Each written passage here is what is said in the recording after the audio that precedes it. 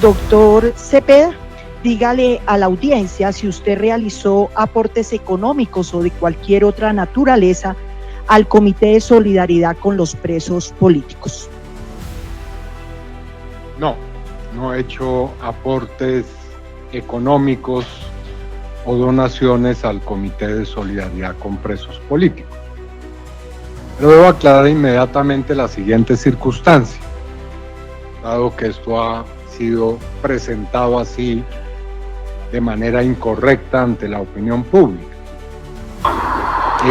Como lo dije al comienzo de mi intervención, junto con otras personas y organizaciones, en el año 2005, a propósito del surgimiento de la Ley de Justicia y Paz y del sistema de justicia que se representó como una salida para las víctimas, creamos el Movimiento Nacional de Víctimas de Crímenes de Estado. Este movimiento ha agrupado desde ese entonces a más de 250 organizaciones de muy diversa índole. Y dado que es una coalición, no es una organización, sino es un conjunto de organizaciones, no tiene como tal una personería jurídica.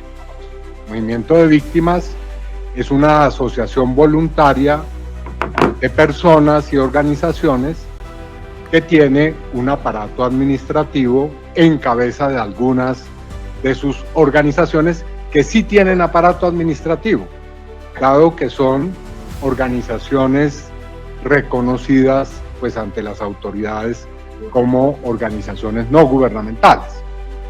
Por lo tanto, el Movimiento de Víctimas, para su funcionamiento y el funcionamiento de todas sus organizaciones y actividades, se apoya en organizaciones que hacen parte del mismo. En ese sentido, una de las disposiciones que se asumió al comienzo de los trabajos de este movimiento era rotar entre las organizaciones fundadoras precisamente ese tipo de actividades y funciones administrativas. En buena parte, pero no absolutamente, esa responsabilidad ha estado en cabeza del Comité de Solidaridad con Presos Políticos.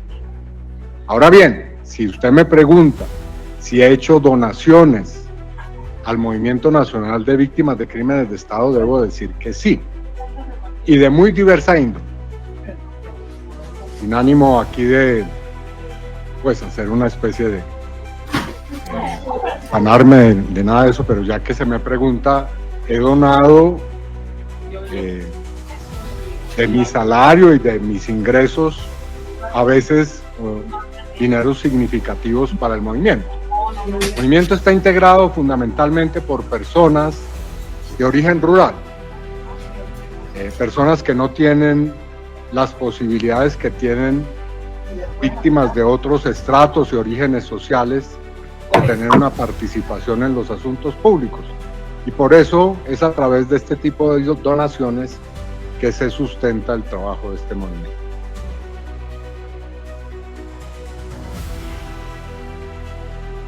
Senador, ¿conoce usted al señor Enrique Pardo Hash? No lo conozco personalmente, sí a través de medios de comunicación. ¿Conoce usted a Álvaro Hernán Prada? Sí, conozco al ex representante a la Cámara y hoy magistrado del Consejo Nacional Electoral, Álvaro Hernán Prada. Díganos qué relación ha tenido con Álvaro Hernán Prada. Es una relación que ha sido, hay que decirlo, una relación marcada por distintos enfrentamientos públicos. El señor ex representante, en marzo del año 2018, escribió para el Diario del Huila un artículo de opinión titulado El carrusel, si no estoy mal, el carrusel de los falsos testigos. En ese artículo, el ex representante Prada me acusaba de ser, comillas, senador de las FARC.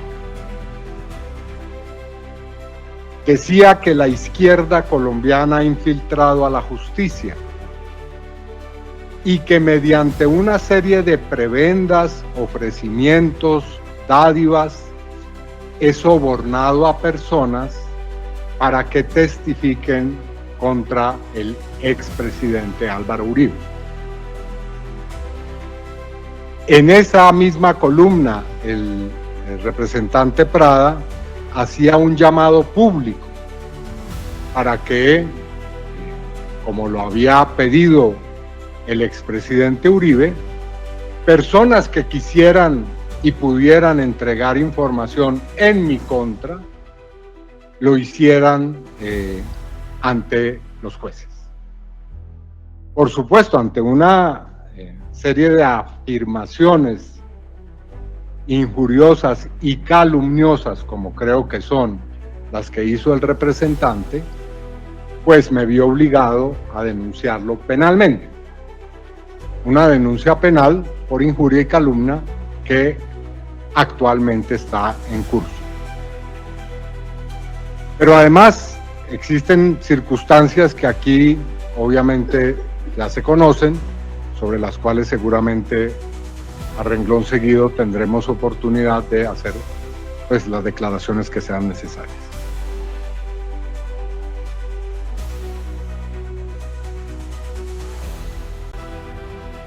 Senador, ante recibir usted las entrevistas de Pablo Hernán Sierra y Juan Guillermo Monsalve Pineda y hacer su entrega a la señora fiscal de la época, doctora Vivian Morales, dígale a la audiencia si usted ha recibido amenazas, ha sido denunciado o demandado por realizar esa actividad. A partir del mes de agosto de 2011, cuando hice la entrevista al señor Monsalve, se han presentado en cadena numerosos hechos que están relacionados con su pregunta. He sido denunciado penalmente, como se conoce, ante la Corte Suprema de Justicia por parte del expresidente y exsenador Álvaro Uribe por haber cometido presuntamente los delitos de fraude procesal, abuso de función pública y calumnia agravada, frente a los cuales, como se sabe también, en el mes de febrero de 2018, la Corte Suprema de Justicia, su sala de instrucción, profirió un auto inhibitorio.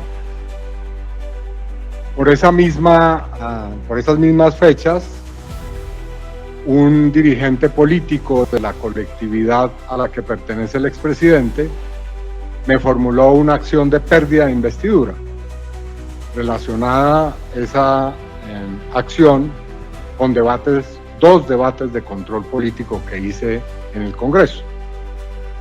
En el mes de, si no estoy mal, julio del año 2016, el Consejo de Estado rechazó esa acción de pérdida de investidura.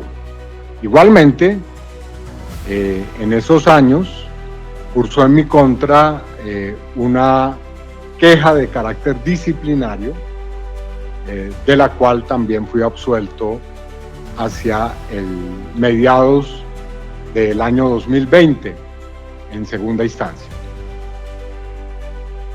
Al lado de esas acciones de carácter judicial, disciplinario y de pérdida de investidura, en mi contra se han practicado toda clase de campañas de difamación pública.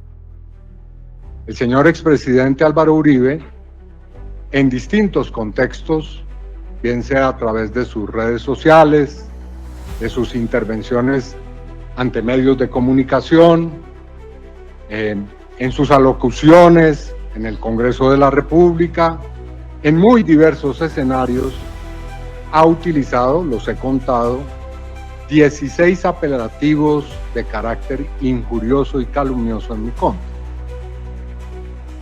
Desde senador, congresista de las FARC, pasando por nostálgico del terrorismo, etcétera, etcétera. Entre esas afirmaciones, la que considero es más grave, es que el señor expresidente ha dicho que yo me he asociado o aliado con los criminales de mi padre para buscar en una especie de complicidad o de concierto causarle daño a él y a su familia.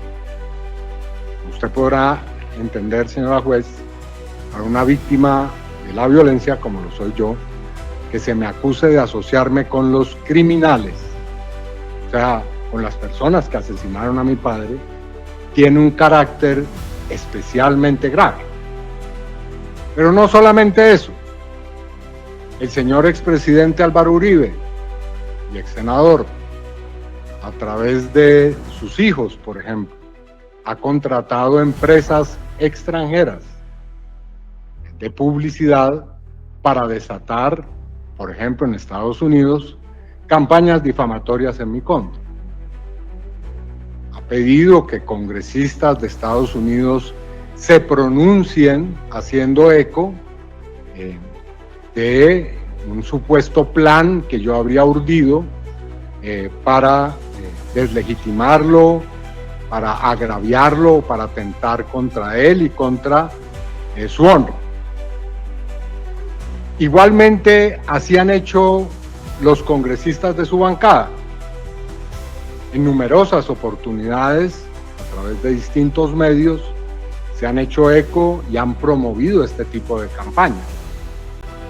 También lo han hecho en contra de mi señora esposa, a quien no han cesado de acusar de tener una relación con el señor magistrado de la Sala de Instrucción de la Corte Suprema de Justicia, el magistrado César Reyes, para, en una especie también de concierto, aliarse para producir efectos jurídicos en este proceso. Mis abogados también han sido víctimas de esas campañas. Y en general, para no extenderme sobre este asunto que es supremamente largo y no aburrir con infinidad de detalles, en contra mía, en contra de mi familia, en contra de mis abogados, en contra de las autoridades judiciales que han desarrollado este proceso, ha habido una incesante campaña de desprestigio, descrédito, agravio, calumnia e injuria que ha desatado el expresidente y exsenador Álvaro Uribe. Lo más reciente es que a puertas de este proceso, para simplemente señalar un hecho más, se enviaron cartas al gobierno de Estados Unidos pidiendo que se tuviera en cuenta que aquí en este proceso se está haciendo una especie de juicio político y prácticamente solicitando una especie de injerencia extranjera en la soberanía del Poder Judicial colombiano. Diría eso simplemente. Ahora, como se podrá entender, cuando a uno se le llama insistentemente senador de las FARC, actor del terrorismo, pues obviamente eso eleva de una manera supremamente significativa los factores de riesgo de un ejercicio como el que yo hago en la vida pública de carácter político. Y por supuesto que ha habido amenazas de muerte, por supuesto que han sido denunciados oportunamente en Colombia ante las autoridades y ante el sistema interamericano de derechos humanos, no solamente palabras, campañas, propaganda en mi contra, sino también planes para asesinar. Sobre esto debo dejar muy claramente establecidas las cosas para que no haya duda.